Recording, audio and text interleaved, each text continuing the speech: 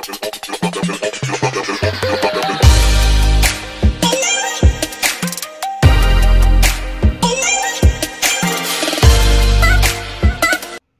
भारताची वाटचाल ज्यांच्या विचाराने होत आहे आणि पुढेही शतकानुशतके होत राहणार असे थोर युगपुरुष, मानवी हक्कांचा आधारस्तंभ असणारा एक पराक्रमी महापुरुष, भारताची ओळख लोकशाही राष्ट्र म्हणून निर्माण करणारे विद्वान, सर्व भारतीयांना प्रथम भारतीय आणि अंतिमता भारतीय बनवणारे प्रजासत्ताक भारताचे पहिले कायदेमंत्री, अस्पृश्यांना आणि स्त्रियांना राष्ट्रनिर्मितीच्या प्रवाहात आणणारे उद्धारक, जगातील प्रथम क्रमांकाचे विद्वान, शीलवान, त्यागपुरुष, महान अर्थतज्ञ, कायदेतज्ञ, कायदेपंडित, doctor of laws, symbol of knowledge, प्रकांड पंडित, भारतीय घटनेचे शिल्पकार, भारत भाग्य विधाता असलेले महामानव, भारतरत्नच नव्हे तर विश्वरत्न, विश्वभूषण, प्रज्ञासूर्य, क्रांतीसूर्य, महासूर्य, परमपूज्य बोधिसत्व डॉक्टर बाबासाहेब आंबेडकर यांना प्रथमतः विनम्र अभिवादन। भीमराव रामजी आंबेडकर म्हणजेच डॉक्टर बाबासाहेब आंबेडकर यांचे संपूर्ण जीवनचरित्र आणि त्यांनी केलेले कार्य हे एका व्हिडिओमध्ये मांडणे अशक्य गोष्ट आहे। तरीही बाबासाहेबांच्या जन्मदिनी माझ्याकडून मी छोटासा प्रयत्न करीत आहे। 14 एप्रिल 1891 रोजी रामजी सकपाळ आणि भीमाबाई यांना 14वे आणि अंतिम अपत्य प्राप्त झाले। बाळाचे नाव भिवा असे ठेवण्यात आले। त्यांची भीम, भीमा व भीमराव अशी ही नावे प्रचलित आहेत आणि हेच भीमराव म्हणजे भीमराव रामजी आंबेडकर म्हणजेच डॉक्टर बाबासाहेब आंबेडकर हे होत। आंबेडकरांचे कुटुंब हे त्या काळी अस्पृश्य गणल्या गेलेल्या महार जातीचे होते। ते महाराष्ट्रातील रत्नागिरी जिल्ह्याच्या मंडणगड तालुक्यातील आंबवळे या गावचे होते। अस्पृश्य असल्यामुळं त्यांच्यासोबत नेहमी सामाजिक आर्थिक भेदभाव केला गेला। 1894 मध्ये सुभेदार रामजी सकपाळ इंग्रजी सैन्यातील मुख्याध्यापक पदाच्या नोकरीवरून निवृत्त झाले आणि महाराष्ट्रातल्या रत्नागिरी जिल्ह्यातील आपल्या मूळ गावाजवळील दापोली या गावात कॅम्प दापोली वस्तीत परिवारासह राहू लागले। इसवी सन 1896 मध्ये रामजींनी आपल्या कुटुंबासह दापोली सोडले आणि ते साताऱ्याला राहायला गेले। यावेळी भीमरावाचे वय 5 वर्षाचे झाले होते। रामजींनी इसवी सन 1896 मध्ये नोव्हेंबर महिन्यात सातारा येथील कॅम्प स्कूलमध्ये भीमरावाचे नाव दाखल केले आणि या वर्षीच मस्तकशूल या आजाराने भीमरावांची आई म्हणजे भीमाबाई यांचे निधन झाले आणि त्यानंतर भीमासह अन्य मुलांचे संगोपन त्यांच्या आत्या म्हणजे मीराबाई यांनी अतिशय कठीण परिस्थितीत केले। भीमरावांचे आडनाव सकपाळ असे असताना त्यांच्या वडिलांनी म्हणजे रामजींनी आंबवडेकर असे आडनाव नोंदवले। महाराष्ट्रातील लोक पूर्वी आपले आडनाव आपल्या गावाच्या नावावरून ठेवत असत। साताऱ्याच्या शाळेत असताना भीमरावांना शिकवण्यासाठी कृष्णा केशव आंबेडकर नावाचे शिक्षक होते। शाळेच्या दप्तरात नोंदवलेले भीमरावांचे आडनाव म्हणजे आंबवडेकर हे आडनाव उच्चारताना त्यांना वेगळे वाटत असे, म्हणून त्यांनी माझे आंबेडकर हे नाव तू धारण कर असे त्यांनी भीमरावांना सुचवले आणि त्यावर भीमरावांनी होकार दिल्यावर तशी नोंद शाळेत झाली आणि तेव्हापासून त्यांचे आडनाव आंबवडेकरचे आंबेडकर असे झाले।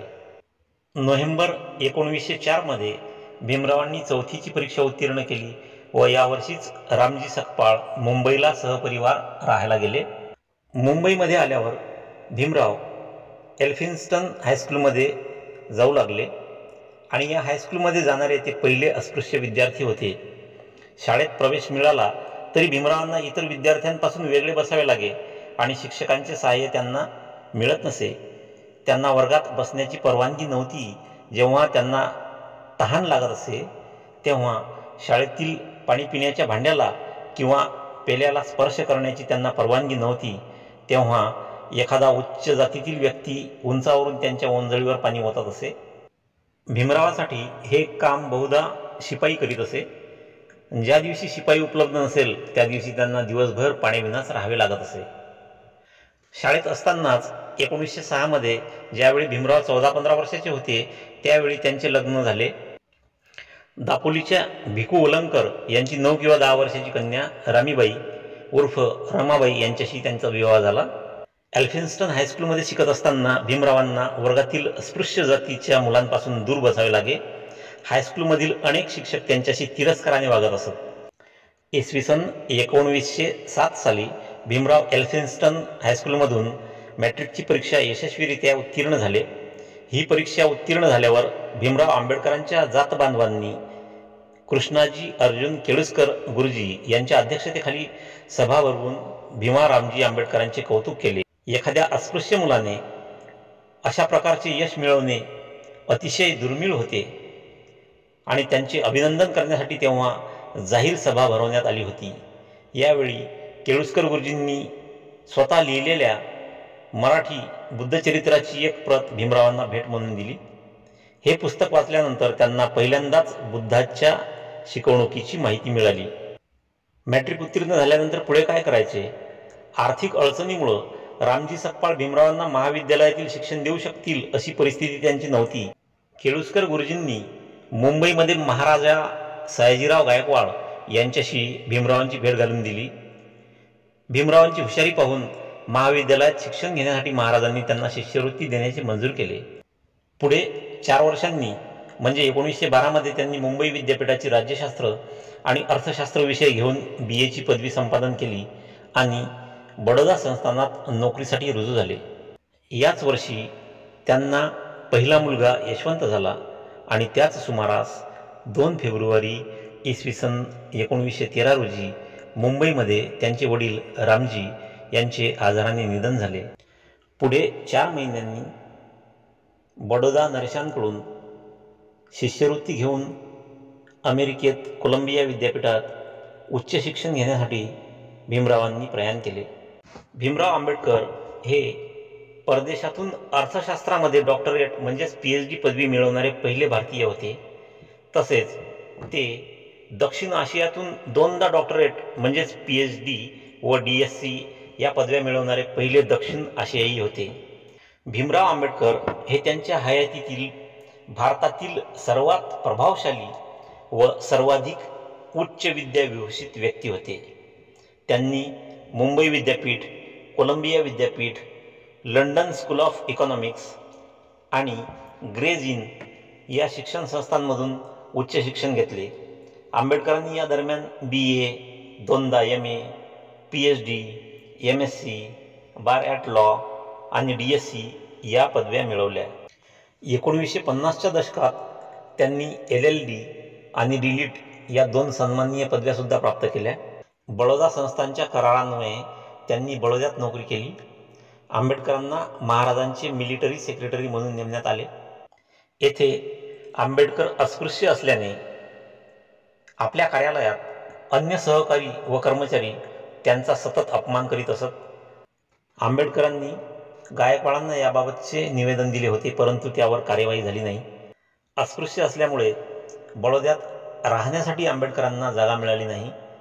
त्यामुळे नोकरी सोडण्याचा त्यांनी निर्णय घेतला आणि 1917च्या नोव्हेंबर महिन्यात मुंबईला परतले. मुंबईत आल्यानंतर समाजकार्य करावे व अर्थार्जनासाठी वकिली करावी असा निर्णय त्यांनी घेतला. भीमरावांनी वकिली सुरू केली. वकिली सुरू झाल्यावर आंबेडकर अस्पृश्य समाजाचे असल्याने स्पृश्य समाजाच्या वकिलांनी त्यांना सहकार्य करण्याचे टाळले. भीमराव आंबेडकरांना पहिली केस मिळाली आणि ती होती नाशिक जिल्ह्यातल्या आडगावच्या महार जातीच्या जाधव बंधूची केस. ही केस वर्षभर चालली आणि यशस्वीही झाली आणि या केसची फी म्हणून आंबेडकरांना 600 रुपये मिळाले. भीमरावांनी अनेक महत्त्वपूर्ण खटल्यात सहभाग घेतला होता. ब्राह्मणेतर सत्यशोधक चळवळीशी संबंधित नेते केशव गणेश बागडे, केशवराव मारुतीराव जेधे, रामचंद्र नारायण लाड आणि दिनकरराव शंकरराव जवळकर या 4घांवर देशाचे दुश्मन हे पुस्तक लिहिण्याच्या कारणावरून खटला भरण्यात येऊन खालच्या न्यायालयाने त्यांना दोषी मानले होते.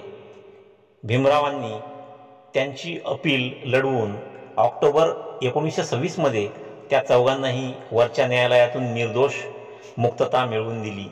असे अनेक महत्त्वपूर्ण प्रकरणे लढून ते जिंकले. परंतु वकिलीतून घरखर्च भागत नसल्यामुळे त्यांनी लॉचे प्राध्यापक म्हणून नोकरी केली. ही प्राध्यापक पदाची नोकरी त्यांनी 10 जून 1925 ते 31 मार्च 1928पर्यंत केली. हे सर्व कार्य सुरू असताना भीमरावांचे सामाजिक कार्यसुद्धा सुरू होते.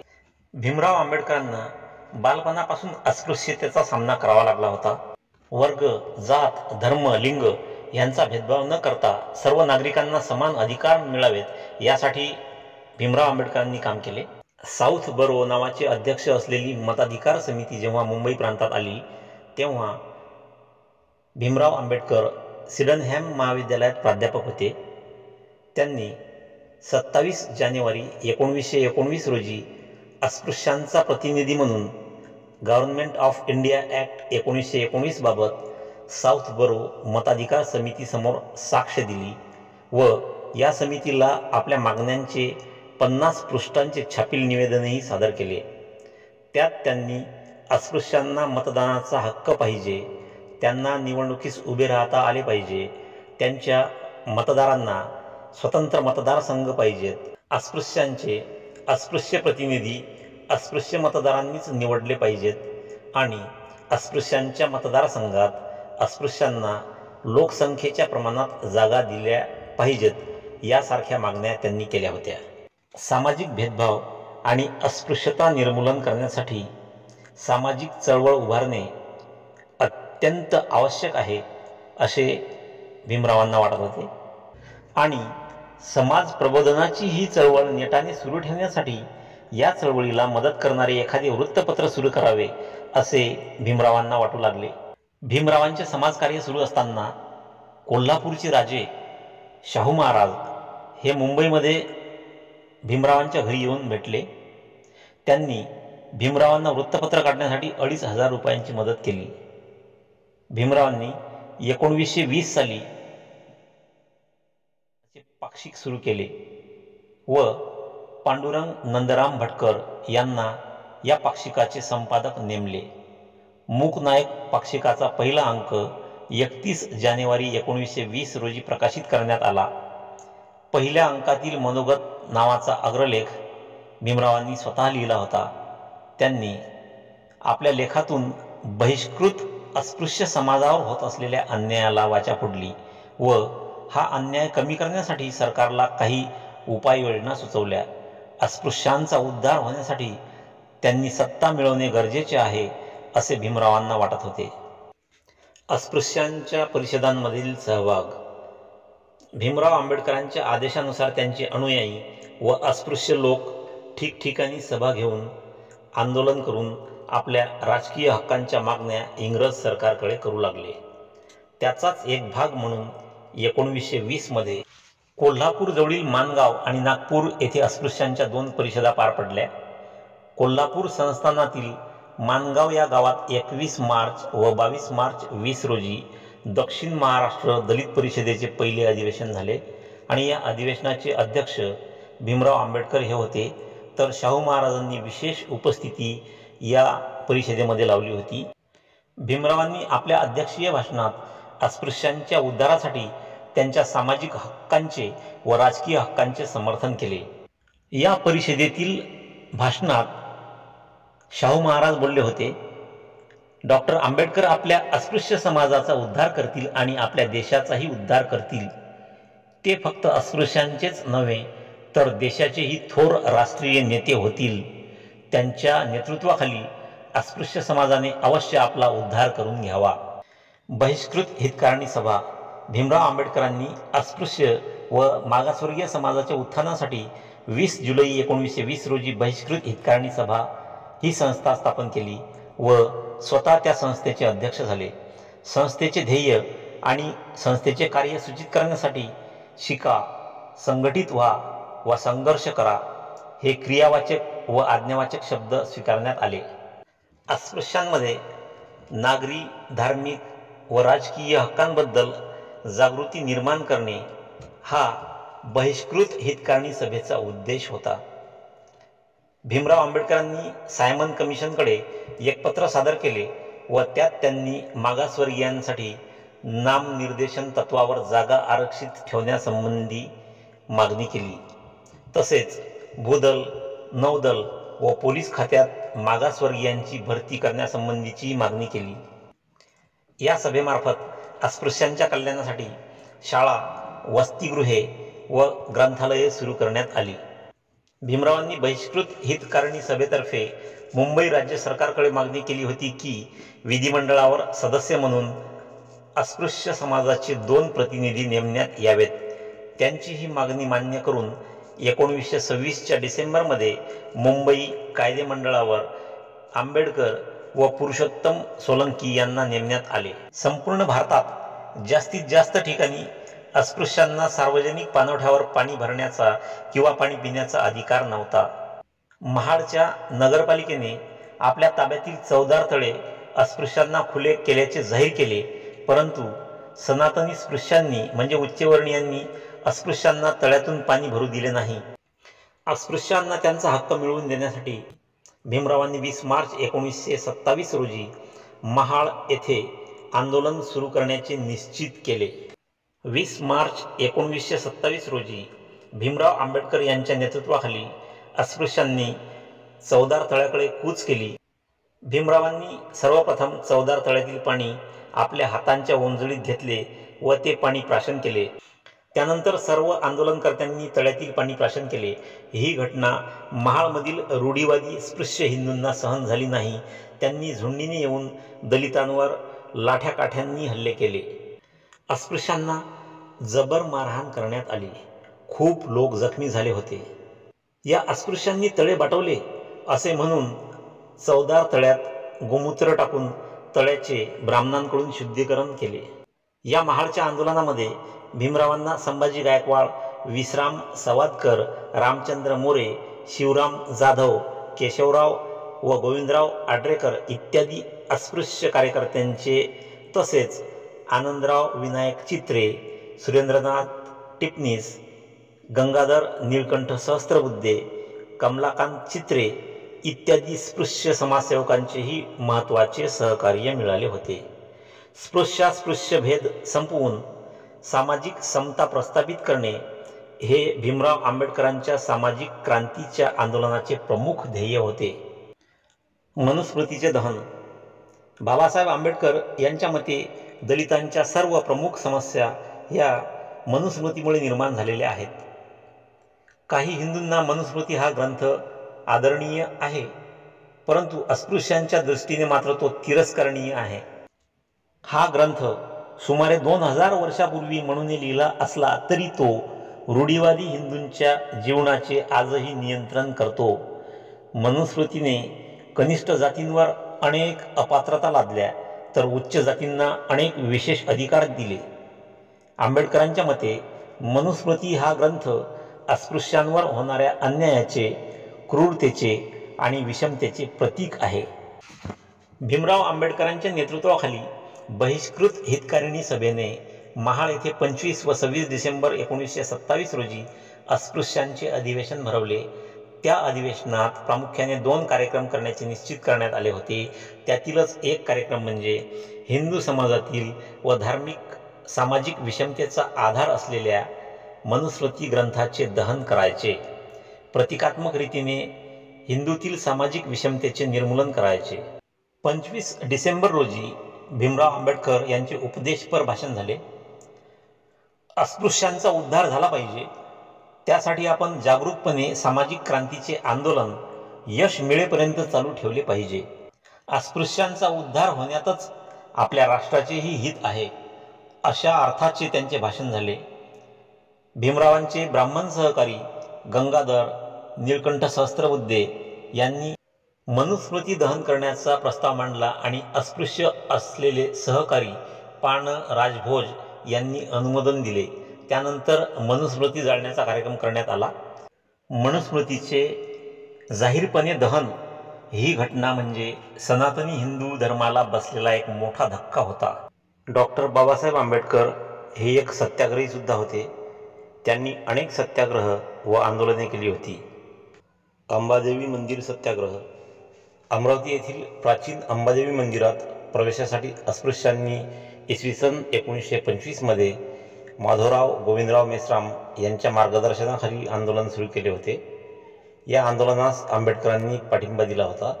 केवळ देवाच्या दर्शनासाठी हा सत्याग्रह नव्हता. हा मंदिर सत्याग्रह केवळ देवाच्या दर्शनासाठी नव्हता, तर हिंदू असूनही हिंदूच्या मंदिरात प्रवेश मिळत नसल्यामुळे समानतेचा अधिकार मिळवण्यासाठी हा मंदिर प्रवेशाचा संघर्ष होता. हिंदू दलितांच्या मंदिर प्रवेशामुळे मंदिर आणि मंदिरातील मूर्ती अपवित्र वा अशुद्ध होत नाही, हेही सिद्ध करण्याचा हेतू या चळवळीमागे होता. पर्वती मंदिर सत्याग्रह. पुण्यातील पर्वती टेकडीवरील मंदिर अस्पृश्यांना खुले नव्हते. हे मंदिर दलितांसाठी खुले करावे म्हणून पुण्यातील MM जोशी, नागगोरे, R.K. खाडिलकर व शिरूभाऊ लिमये यांनी 13 ऑक्टोबर 1929 रोजी पर्वती सत्याग्रह सुरू केला. हा सत्याग्रह आंबेडकरांच्या प्रेरणेने करण्यात आला. काळाराम मंदिर सत्याग्रह. भीमराव आंबेडकरांनी अस्पृश्यता निवारण्यासाठी जे लढे दिले त्यात काळाराम मंदिराच्या सत्याग्रहाचे महत्त्वाचे स्थान आहे.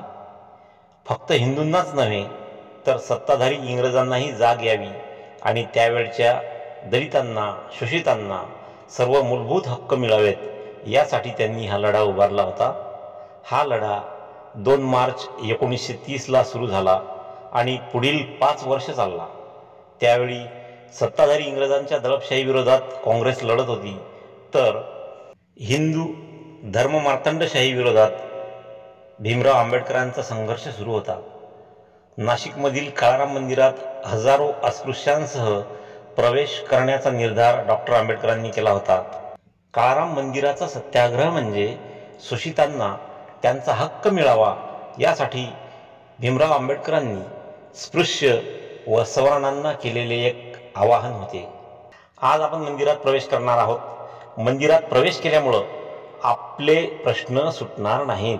आपले प्रश्न राजकीय आहेत, सामाजिक, आर्थिक, धार्मिक आणि शैक्षणिक आहेत. काळाराम मंदिरात प्रवेश करणे म्हणजे हिंदू मनाला केलेले आवाहन आहे. उच्चवर्णीय हिंदूंनी आपल्याला आपल्या हक्कांपासून अनेक पिढ्यांपासून दूर ठेवले. आता तेच हिंदू आपल्याला आपला मानवी हक्क देतील का, हा प्रश्न काळाराम मंदिर सत्याग्रहाच्या माध्यमातून मी विचारत आहे. हिंदू मन हे आपल्याला एक मानव म्हणून स्वीकारावयास तयार आहे की नाही याची पडताळणी या सत्याग्रहाद्वारे होणार आहे, असे ते आपल्या भाषणामध्ये बोलले. या सत्याग्रहादरम्यान भीमराव आंबेडकरांना गोलमेज परिषदेसाठी लंडनलाही जावे लागले, पण त्यांच्या अनुपस्थितीत भाऊराव गायकवाड यांनी हा लढा सुरूच ठेवला. 5 वर्ष हा लढा चालला, पण अस्पृश्यांना मंदिर प्रवेश मिळाला नाही. एका सत्याग्रही तरुणाने रामकुंडात उडी घेतली होती. सर्व सत्याग्रह, सभा, आंदोलने हे अहिंसेच्याच मार्गाने व्हावीत यावर भीमरावांचा जोर असायचा. कुठलाही कायदा मोडायचा नाही असे ते म्हणायचे. नाशिकमध्ये तत्कालीन कलेक्टरने जमावबंदी लागू केली. मंदिरात प्रवेश मिळावा यासाठी भीमरावांनी गव्हर्नरकडे पाठपुरावा केला, पण त्याचाही काही उपयोग झाला नाही. भीमरावांनी 3 मार्च 1934 रोजी गायकवाडांना पत्र पाठवले आणि आता सत्याग्रह सुरू ठेवून शक्ती वाया घालवण्यापेक्षा ती शक्ती राजकीय हक्क व शिक्षण घेण्याची सोय मिळवण्यासाठी वापरावी, म्हणून आता सत्याग्रह बंद करण्यात यावा असे कळवले. त्यानंतर हा मंदिराचा सत्याग्रह बंद करण्यात आला व तो पुन्हा कधीही करण्यात आला नाही. सामाजिक बदलाची प्रक्रिया हळूहळू होत असते याची जाणीव डॉक्टर बाबासाहेब आंबेडकरांनाही होती. शोषितांना मानवतेचे पूर्ण हक्क मिळावे यासाठी ते वेगवेगळ्या मार्गांनी लढत राहिले आणि मंदिर प्रवेशही त्याच लढ्याचा एक महत्त्वपूर्ण भाग होता. सार्वजनिक जीवनात पदार्पण केल्यानंतर पहिली 10 वर्षे समाजसुधारक बाबासाहेब आंबेडकरांनी हिंदू धर्माच्या चौकटीत राहून हिंदू समाजात सुधारणा घडवून आणण्याचा प्रयत्न केला. पण सवर्ण हिंदूंचा दृष्टिकोन बदलणे अशक्य आहे याची खात्री त्यांना झाली. तसेच हिंदू धर्मात राहून अस्पृश्यांची आर्थिक स्थिती व सामाजिक दर्जा सुधारणार नाही याची जाणीव झाल्यानंतर आंबेडकरांनी हिंदू धर्माचा त्याग करण्याचा निर्णय घेतला. त्यांनी असा विचार मांडला की जसे स्वातंत्र्य हे भारतासाठी आवश्यक आहे, तसे धर्म बदलणे हे अस्पृश्यांसाठी आवश्यक आहे. अस्पृश्यांना हिंदू धर्मामध्ये चांगली वागणूक मिळत नाही. तसेच हिंदू धर्म जाती व्यवस्थेचा पुरस्कर्ता असून तो माणसात भेद करतो. हिंदू धर्मात समता, स्वातंत्र्य आणि बंधुता नाही. बाबासाहेबांनी हिंदू धर्म आणि समाज व्यवस्थेला असा प्रश्न केला, जो धर्म अस्पृश्यांना मंदिरात जाऊ देत नाही, पाणी पिऊ देत नाही, ज्ञानार्जन करू देत नाही, आमच्या सारख्यांच्या सावलीचा विटाळ मानतो, हिंदू धर्म अस्पृश्यांना तुच्छ मानतो, अशा हिंदू धर्मात अस्पृश्यांनी का राहावे? म्हणून भीमराव आंबेडकरांनी 13 ऑक्टोबर 1935 रोजी नाशिक जवळील येवला येथे धर्मांतराची घोषणा केली. ते म्हणाले, मी अस्पृश्य जातीत हिंदू म्हणून जन्माला आलो, ते माझ्या हाती नव्हते, पण हिंदू म्हणून मी मरणार नाही. भीमराव आंबेडकरांनी हरिजन शब्दाला विरोध केला. महात्मा गांधी अस्पृश्यांसाठी हरिजन ही संज्ञा वापरत, जिचा अर्थ ईश्वराची लेकरे असा होतो. डॉक्टर बाबासाहेब आंबेडकरांनी अस्पृश्य हे हरिजन असतील तर उरलेले लोक काय दैत्यजन आहेत, असा सवाल करत हरिजन शब्दाला विरोध केला. पुढे 1982 सालात भारतीय केंद्र सरकारने हरिजन शब्दावर बंदी घालत तो शब्द जात प्रमाणपत्रातूनही हद्दपार केला. आता हरिजनच नव्हे तर दलित या शब्दाचाही सरकार दरबारी वापर करण्यास बंदी घालण्यात आलेली आहे व त्याऐवजी अनुसूचित जाती म्हणजेच इंग्रजीत शेड्यूल कास्ट हा शब्द स्वीकारण्यात आला आहे. बाबासाहेब आंबेडकरांचे शेतीसंबंधीचे विचार. पाण्याशिवाय शेतीचा विकास अशक्य आहे. शेतकऱ्याला शाश्वत पाणी मिळणे गरजेचे आहे. पाण्याशिवाय उत्पादकता वाढणे आणि शेतकऱ्यांचा आर्थिक स्तर उंचावणे शक्य नाही, हे त्यांनी ब्रिटिश सरकारच्या निदर्शनास आणून दिले होते. शेतीला शाश्वत पाणी पुरवण्यासाठी नदीच्या पाण्याचे नियोजन झाले पाहिजे. देशात पडणारे दुष्काळ हे मानवनिर्मित आहेत. दुष्काळ हटवायचा तर दुष्काळात पाण्याचे नियोजन करावे. शेतकरी व शेतमजूर समृद्ध झाला तर देश समृद्ध होईल, असे मौलिक विचार त्यांनी मांडले. पाण्यासंदर्भात केवळ विचार व्यक्त न करता त्यांनी ब्रिटिश सरकारला नदीच्या खोऱ्यातील पाण्याच्या नियोजनाची योजना सादर केली. ही योजना दामोदर खोरे परियोजना म्हणून ओळखली जाते. भारत सरकारने 1996 मध्ये कृष्णा, गोदावरी, तापी, नर्मदा अशी खोऱ्यांची विभागणी केली. यावरून डॉक्टर बाबासाहेब यांच्या दूरदर्शीपणाची लांबी व खोली लक्षात येते. शेतकऱ्यांना शेतमालाला रास्त भाव मिळावा यासाठी शासनाशी झगडावे लागते. या पार्श्वभूमीवर डॉक्टर बाबासाहेब आंबेडकर यांची शेतीसाठी अधिनियम व कायदा असावा ही संकल्पना शेतकऱ्यांसाठी किती मोलाची आहे हे अधोरेखित होते. डॉक्टर बाबासाहेब आंबेडकर यांच्या काही संकल्पनातूनच कमाल जमीनधारणा कायदा, सावकारी व खोती पद्धतींना प्रतिबंध करणारा कायदा, राज्यातील नद्यांच्या खोऱ्यांची विभागणी व विकास, जलसंवर्धन योजना अंमलात आल्या.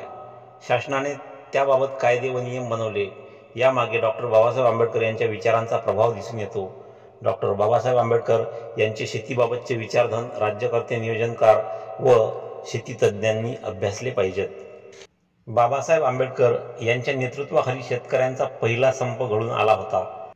हा संप इसवी सन 1928 ते 34 या कालावधीत रायगड जिल्ह्यातील चरी या गावात झाला. हा संप 7 वर्ष सुरू होता. डॉक्टर बाबासाहेब आंबेडकर यांनी खोती पद्धत नष्ट करण्यासाठी संघर्ष केला. गोलमेज परिषदा. इसवी सन 27 ते 30 मधील सायमन कमिशनने अस्पृश्यांच्या राजकीय हितांना फारसे महत्त्व दिले नाही. ब्रिटिश सरकार भारताला काही राजकीय हक्क राज्यघटनेच्या माध्यमातून देण्याच्या तयारीत होते. तेव्हा भारताच्या भावी राज्यघटनेत अस्पृश्यांच्या हिताचे संरक्षण करणारे राजकीय हक्क असावेत, असे आंबेडकरांना वाटत होते. अस्पृश्यांच्या ठिकठिकाणी सभा व अधिवेशन भरवून आंबेडकरांनी अस्पृश्यांना त्यांच्या राजकीय हक्काचे महत्त्व पटवून त्यांच्या स्वतःच्या अधिकाराविषयी जागृती करू लागले. इसवी सन 1930, 1931 आणि 1932 मध्ये इंग्लंडमध्ये गोलमेज परिषदा झाल्या. डॉक्टर बाबासाहेब आंबेडकर शोषित व अस्पृश्यांचे प्रतिनिधी म्हणून या तिन्ही गोलमेज परिषदांना हजर राहिले. अस्पृश्यांना राजकीय हक्क असावेत आणि ब्रिटिशांपासून भारताला स्वातंत्र्य मिळावे अशा मागण्या त्यांनी गोलमेज परिषदांमध्ये केल्या. त्यांनी ब्रिटिश शासनाच्या सत्ताधाऱ्यांना सांगितले की जसे कोणत्याही संप्रदायाला दुसऱ्या संप्रदायावर दबाव टाकून गुलाम बनवण्याचा अधिकार नाही, तसेच कोणत्याही देशाला दुसऱ्या देशावर आपली सत्ता गाजवून गुलाम ठेवण्याचा अधिकार नाही. म्हणून ब्रिटिश सत्तेला भारतात हे कारण पुढे करून की भारत अजून स्वराज्य प्राप्तीसाठी सक्षम नाही, हे निमित्त आता चालणार नाही. बालकाला कडेवर घेऊन फिरवल्याने तो आपल्या पायावर कसा चालू शकेल, म्हणून त्याला कडेवरून उतरून स्वतंत्रपणे चालायचा अधिकार दिला गेला पाहिजे. पुणे करार.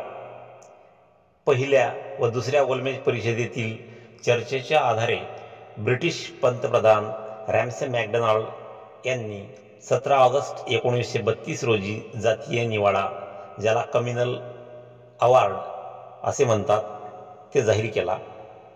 यानुसार भारतातील अस्पृश्यांना युरोपियन, अँग्लो इंडियन, भारतीय ख्रिश्चन, मुसलमान व शीख यांच्याप्रमाणे राजकीय हक्क देण्याची तरतूद करण्यात आली होती. यामुळे अस्पृश्यांना दुहेरी राजकीय लाभ मिळणार होता. पहिला लाभ असा की कायदेमंडळावर निवडून येण्याकरिता अस्पृश्यांना स्वतंत्र मतदारसंघ मान्य करण्यात आले होते. त्या स्वतंत्र मतदारसंघातून अस्पृश्य उमेदवार निवडून येऊन प्रांतिक कायदेमंडळाचे सभासद बनू शकत होते. यावेळी अस्पृश्य उमेदवारांनी स्वतंत्र निवडून येण्यासाठी फक्त अस्पृश्य मतदारांवरच विसंबून राहता येत होते. त्यांना स्पृश्य मतदान करू शकत नव्हते. अस्पृश्यांसाठी विकास करण्यासाठी केवळ अस्पृश्य मतदारांमार्फतच अस्पृश्य प्रतिनिधी निवडण्यात येणार होता. दुसरा लाभ असा की अस्पृश्यांना 2 मतांचा अधिकार मान्य करण्यात आला होता.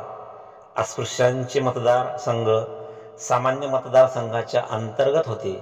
अस्पृश्य मतदार आपल्या 2 मतांपैकी 1 मत अस्पृश्य उमेदवाराला देऊ शकत होते व दुसरे मत सामान्य स्पृश्य उमेदवाराला देऊ शकत होते. सामान्य स्पृश्य उमेदवाराला निवडणुकीत निवडून येण्यासाठी अस्पृश्य मतदारांवरही अवलंबून राहावे लागणार होते. अस्पृश्य उमेदवाराला निवडून येण्यासाठी स्पृश्य मतदारांवर अवलंबून राहण्याची गरज नव्हती. भारतातील स्पृश्यास्पृश्य भेद नष्ट होण्यासाठी आणि सामाजिक समता स्थापन होण्यासाठी ब्रिटिश सरकारने हे राजकीय हक्क मान्य केले होते. अस्पृश्यांचा हा राजकीय हक्क महात्मा गांधींना मान्य झाला नाही. त्यांनी अस्पृश्यांच्या स्वतंत्र मतदारसंघाच्या हक्कास विरोध केला आणि तो बदलण्यासाठी पुण्याच्या येरवळा तुरुंगात 20 सप्टेंबर 1932 रोजी प्राणांतिक उपोषण सुरू केले. आंबेडकर अस्पृश्यांना मिळालेले हे राजकीय हक्क कोणत्याही स्थितीत सोडून देण्यास किंवा बदलण्यास तयार नव्हते. प्राण गेला तरी बेहत्तर, पण अस्पृश्यांना स्वतंत्र असे काही मिळू देणार नाही, असे गांधी म्हणाले होते. आंबेडकरांना काँग्रेसचे नेते भेटू लागले आणि गांधींचे प्राण वाचवण्यास विनवू लागले. या कालावधीत देशात अशांतता निर्माण झाली होती. अखेर डॉक्टर आंबेडकर व महात्मा गांधी यांच्यात तडजोड होऊन 24 सप्टेंबर 1932 रोजी पुणे करार करण्यात आला. त्याद्वारे आंबेडकरांनी राखीव मतदारसंघाची मागणी मान्य करत स्वतंत्र मतदारसंघाची मागणी मागे घेतली. मात्र या कराराबाबत भीमराव आंबेडकर स्वतः असमाधानी होते. डॉक्टर आंबेडकरांची राजकीय कारकीर्द. मुंबई विधान परिषदेचे सदस्य व विरोधी पक्षनेते हे पद त्यांनी 1926 ते 1936 दरम्यान भूषवले. बाबासाहेब आंबेडकरांनी स्वतंत्र मजूर पक्षाची स्थापना 1936 मध्ये केली होती. ऑल इंडिया शेड्यूल्ड कास्ट फेडरेशनची स्थापना त्यांनी 1942 मध्ये केली. 1942 ते 1946 दरम्यान बाबासाहेबांनी संरक्षण सल्लागार समिती व व्हाईसरायच्या कार्यकारी समितीमध्ये मजूर मंत्री म्हणून काम केले. बाबासाहेब आंबेडकर मुस्लिम लीगची सत्ता असलेल्या बंगाल प्रांताच्या, म्हणजे आजचा जो बांगलादेश आहे, त्या बांगलादेशच्या मतदारसंघातून संविधान सभेवर निवडून गेले. ऑगस्ट 1947 मध्ये बाबासाहेबांची राज्यघटनेच्या मसुदा समितीचे अध्यक्ष म्हणून नियुक्ती झाली आणि त्यांच्या अध्यक्षतेखाली तयार झालेली भारताची राज्यघटना 26 जानेवारी 1950 रोजी अंमलात आली.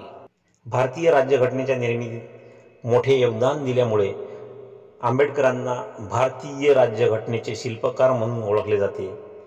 स्वातंत्र्यप्राप्तीनंतर नेहरूंच्या मंत्रिमंडळात डॉक्टर बाबासाहेब आंबेडकरांना भारताचे कायदा आणि न्यायमंत्री म्हणून नियुक्त करण्यात आले.